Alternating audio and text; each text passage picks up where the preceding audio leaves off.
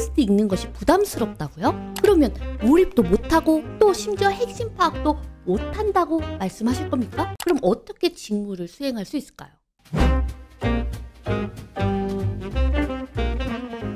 안녕하세요 여러분, 박은경입니다.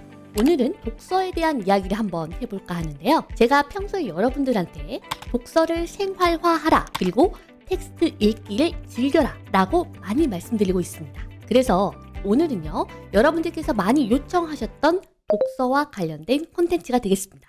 자, 그럼 한번 시작해 보도록 하겠습니다.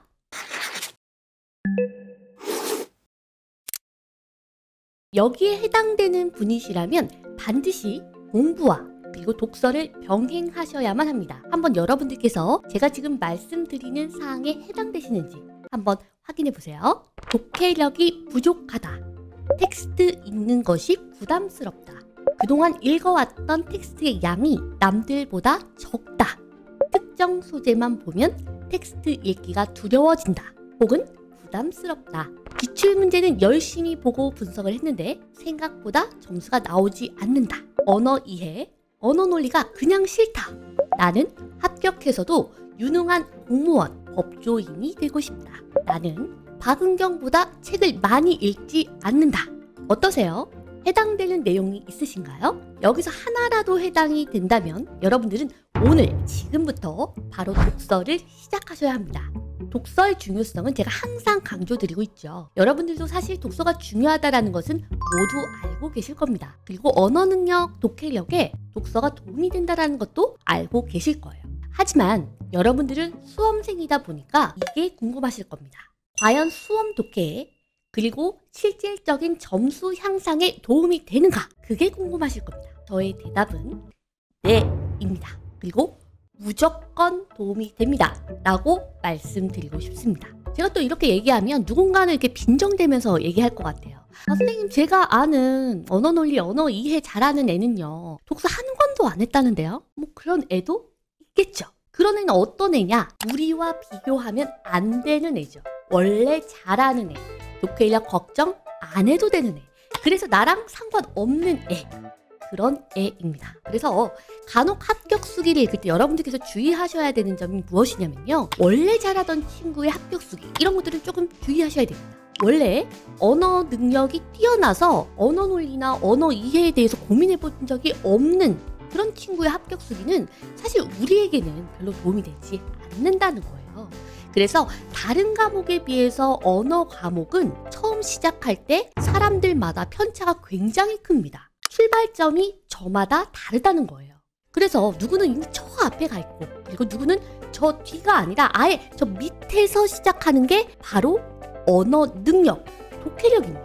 따라서 누군가의 조언을 받아들일 땐 나와의 출발점 자체가 비슷한지, 그래서 내가 처음에 가지고 있었던 문제점을 그 친구 역시 가지고 있었는지를 확인해 주셔야 돼요. 그리고 그 문제점을 어떻게 해결했는지 확인을 해주셔야 되겠죠? 다시 독서로 돌아가 보도록 할게요. 왜 수험생들에게 독서가 필요한 것일까요? 안 그래도 바빠 죽겠는데, 공부할 시간도 없는데 왜 독서를 병행해야만 하는 걸까요? 첫 번째, 직무에 반드시 필요한 역량을 갖추기 위해서. 여러분들, 언어 논리, 언어 이해, 이런 시험 왜 보는 겁니까 사실? 여러분들의 적성을 평가하기 위한 시험 과목 중에 언어가 첫 번째 평가 능력입니다. 여러분들이 합격을 하시게 되면요, 매일매일 정말 수많은 자료와 텍스트들을 접하시게 될 겁니다. 업무에 필요한 자료들, 여러분들의 입맛에 맞는 자료들이 아닐 가능성이 훨씬 더 크겠죠. 매일매일 그 텍스트를 읽고 정보를 논리적으로 처리하고 또 그것을 재조합하여서 새로운 결과물을 만들어내는 것, 그게 여러분들께서 하시는 업무이죠. 그게 보고서일 수도 있고요, 공문서일 수도 있고, 아니면 변론서일 수도 있겠죠. 말하든 쓰든 어쨌든 텍스트 읽기는 매일 일상이 될 겁니다. 업무에서 가장 기본적인 능력이라고 할 수가 있겠죠. 그런데 지금부터 텍스트 읽는 것이 부담스럽다고요? 특정 소재, 내가 관심 없는 텍스트 읽기는 하기 싫다고요? 그러면 몰입도 못하고 또 심지어 핵심 파악도 못한다고 말씀하실 겁니까? 그럼 어떻게 직무를 수행할 수 있을까요? 근시안적으로 생각하시지 마시고요. 내가 왜 이 능력을 향상시켜야 하는지를 한번 생각해 보시면 좋을 것 같아요. 어차피 여러분들이 하시게 될 일들이고 그 일들을 수행하는데 반드시 필요한 능력들입니다. 이 능력이 우수할수록 당연히 훌륭한 인재가 되겠죠. 여러분들께서 합격을 하시고도 그 분야에서 두각을 나타내 줄 수 있는 그런 사람이 되려면 지금부터라도 텍스트 읽기를 생활화하고 텍스트 읽기를 즐기셔야 합니다. 저처럼요. 합격한 친구 중에 지금 세종시에 있는 친구가 한 명 있는데 그 친구가 이렇게 얘기를 하더라고요. 선생님이랑 독해 연습을 안 했더라면 저 업무하는 것도 굉장히 힘들었을 것 같아요. 자기는 국토부에 들어갈 줄 몰랐대요. 왜냐면 전혀 관심 분야가 아니었던 거죠. 근데 어쩌다가 국토부를 가게 됐는데 매일 접하게 되는 문서들이 자기가 여태까지 한 번도 본 적이 없는 그런 문서더라는 거예요. 게다가 그 양도 어마어마하고요. 만약에 그 친구가 텍스트 읽는 것에 대한 두려움이 있었다면, 핵심을 파악하거나 정보를 처리하는 데 문제가 있었다면 그 업무를 어떻게 처리할 수 있었을까요? 그 친구는 덕분에 핵심 정보 그리고 세부 정보를 구분하는 그 능력을 가지고 거기에도 그대로 적용을 했다고 합니다. 수험 생활에 도움이 됐던 그 접근 방법이 결과적으로 업무에도 많이 도움이 됐다는 얘기예요. 여러분들도 그러셔야 되지 않겠습니까? 수험, 이게 끝이 아니고 이건 사실 여러분들에게 시작에 불과하기 때문입니다. 두 번째, 여러분들에게 실질적인 이야기가 될 수 있을 것 같은데요. 언어 이해, 언어 논리, 성적 향상에 분명히 도움이 됩니다. 이 부분은 제가 정말 자신 있게 말씀드릴 수가 있는 부분입니다.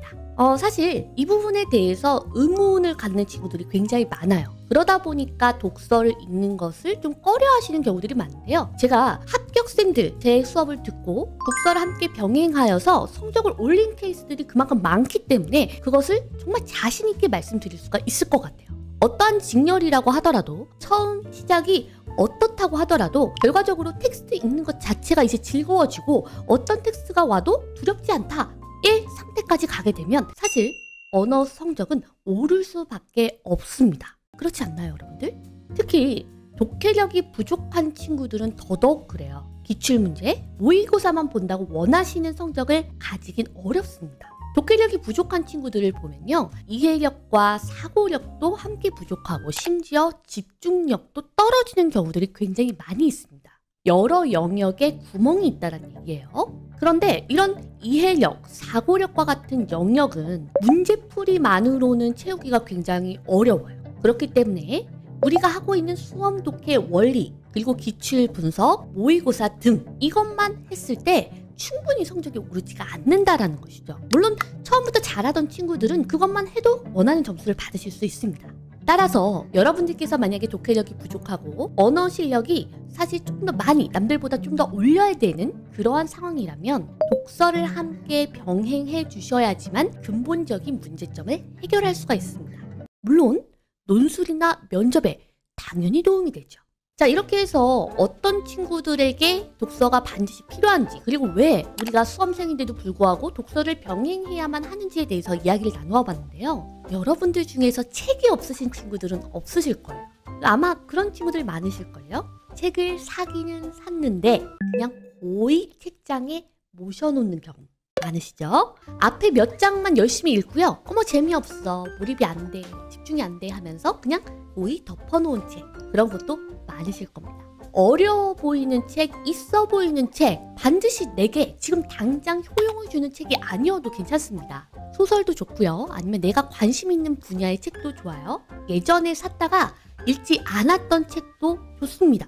핵심은 완독이에요. 어떠한 책이든 나의 눈과 머리로 직접 읽어내고 또 나의 사고로 그 지식들을 처리하고 재조합하여서 새로운 결과물을 낼 수 있는 그 과정이 중요한 겁니다. 자, 필자의 의도 그리고 핵심을 파악하는 독서를 해주셔야만 합니다. 자, 오늘부터 여러분들 저와 함께 해보시는 건 어떨까요? 처음부터 한 권을 다 읽기가 어렵다면 목차를 딱 펴신 다음에 하루 혹은 일주일씩 읽을 분량을 한번 나눠보세요. 목차에다가 읽을 그런 날짜를 미리 써두시는 것도 도움이 됩니다. 단 포인트는 두 가지인데 두 가지를 꼭 지켜주시면 좋겠습니다. 첫 번째, 읽기 시작한 책은 무조건 완독한다. 두 번째, 목차에서 하나의 소제목에 해당되는 하나의 챕터와 관련된 거는요. 여러분들이 읽은 자리에서 그 부분은 다 읽을 수 있도록 해주시면 좋을 것 같습니다. 너무 하나의 그 작은 챕터를 쪼개 읽어도 독서에 굉장히 방해가 되고 여러분들께서 키워야 되시는 능력 자체가 필자의 사고를 쭉 쫓아가면서 그래서 이 사람이 이 글을 통해서 이 텍스트를 통해서 얘기하고자 하는 바가 뭔지를 파악해야 되는 훈련이 병행되어야 되는 거니까요. 반드시 하나의 챕터를 너무 여러 번 끊어 읽지 말고 하나의 챕터는 읽은 자리에서 무조건 읽기 마무리까지 해주시는 것을 꼭 기억해 주셨으면 좋겠습니다. 이 두 가지의 포인트를 기억하신다면 어떠한 책을 읽으셔도 괜찮습니다. 자신의 수준에 맞는 책, 내가 읽고 싶은 책을 가지고 먼저 독서를 한번 시작해 보시면 어떨까요? 그리고 앞으로 박은경의 독서 살롱을 통해서 여러분들에게 수험 독해에도 도움이 되는 독서법을 마구마구 알려드리고 여러 가지 팁들을 전달을 해드릴 테니까요. 저와 함께 하시면 되겠습니다. 자, 그럼 우리는 다음 컨텐츠에서 만나도록 하겠습니다. 감사합니다.